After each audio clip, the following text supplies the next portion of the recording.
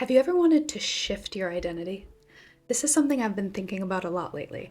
I read Atomic Habits like the rest of the world did, and I learned that goals don't actually lead to lasting change. People try to change their life by setting goals through New Year's resolutions, but rarely do they actually stick with it. Atomic Habits asks us the question of what kind of person do you want to be? And are these habits that you're doing currently leading you to this identity, this person? Who are you becoming with these habits?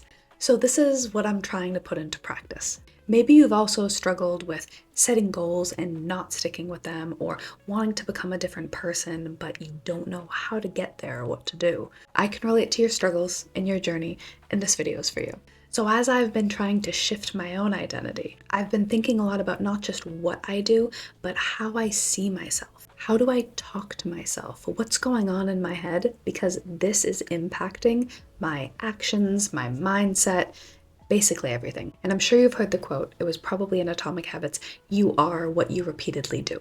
There's also a quote, "How you do anything is how you do everything." So I'm really starting to think more deeply about this, and I've really come to the conclusion that my self-talk really influences my thoughts, beliefs, behavior.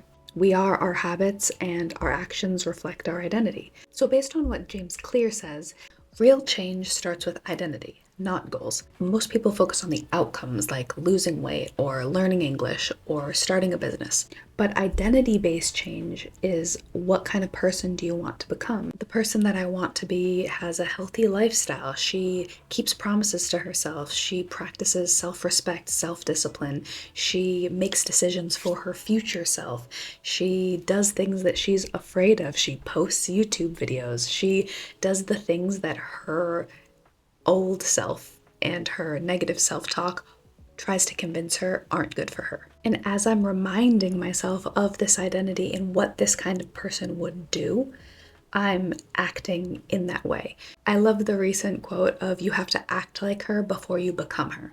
This is my whole life right now. I'm basically faking it until I become her. So since I want to make YouTube videos, I have to say I'm the kind of person that shares ideas publicly and confidently. I am not a perfectionist. I post pretty bad videos, and that's okay. My goal is not to be liked by everyone. I'm okay being misunderstood. These are all things that I don't fully embody yet, but I want to, and I'm taking the action to be better at it. Another thing I'm actively overcoming is my all or nothing mindset, which goes against all of these principles. My all or nothing mindset and negative self-talk is always reminding me I'm not this person and I should be extreme. I should do it like this. This isn't enough. Part of identity change is taking the small action, but my black and white all or nothing mindset tells me, oh, that's not enough, that's embarrassing, that's ridiculous, you should do more. If you're gonna do it like that, then you shouldn't do it at all. And this is just my negative self-talk and my old self holding me back. It's self-sabotage. Becoming a new version of yourself requires you to push through that self-sabotage, that negative self-talk, and remind yourself of the identity that you want. I even find myself talking back against this negative self-talk. If I start hearing things in my mind, or I'm putting myself down or saying that I can't do it, I actively, out loud, will talk to myself. Sometimes I'll parent myself and say, I understand you're feeling this way, or you're really emotional. I get it, but we're going to do this. It sounds crazy, but it's working. Remind yourself vocally of the identity that you want to have. Remind yourself who you are, what you value, and that this small action will help to get you there. Some other questions you can ask yourself, like James Clear mentions, is what do I actually want? Then, once you know, what kind of person achieves that? What does that person do regularly? What habits do they have? So if I want to be healthy, I want to be strong, what's the kind of person that is healthy and strong? They eat well, they go to the gym regularly, they push themselves, lifting heavier, doing more. They don't give up when they have a bad session or they don't feel like going to the gym. They do it even when it's not fun, even when they're not motivated. They eat healthy even when they're craving something sweet. They practice balance. they're kind to themselves, and they know that one workout or one meal won't make or break everything. Once you acknowledge who this person is that you want to become, this new identity, then your actions are votes that you cast for that identity. This is a key part of Atomic Habits, and I do think about this regularly. Every action you take, every decision you make, you're voting for the identity that you want to have, the you that you want to have. So today, I'm really proud of myself for casting lots of votes for my future self. I cast a vote when I woke up this morning, when I went to the gym, when I washed my hair and blow dried it, put on makeup, when I ate a healthy lunch, when I recorded this video, even though I really didn't want to. It took me all day to record this video. I'm shocked that I did. These are all votes for future Haley, and I'm really proud of myself for that. And that's another thing, acknowledge your wins. Acknowledge the things that you're proud of yourself for. This is so important. Say it out loud, write it down, hug yourself, pat yourself on the back. Well done. The small votes and the small actions, they might feel insignificant, but they build up over time. So don't listen to that all or nothing mindset telling you that's not enough, because each one, again, as James Clear says, is putting you on the trajectory to that future self, that different identity. Think about your 1% increase each day. Think about the trajectory rather than the goal. Think about, if I continue with these habits every day, or be balanced, but most of the time, if your 90% are these goals, these positive votes, will you get where you want to be? And probably the answer is yes, because you've reverse engineered the kind of person that has this goal.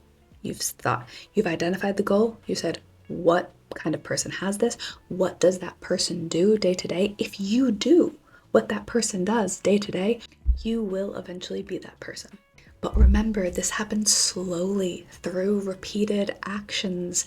Consistency is so much more important than intensity, and believe me, I know how difficult that is.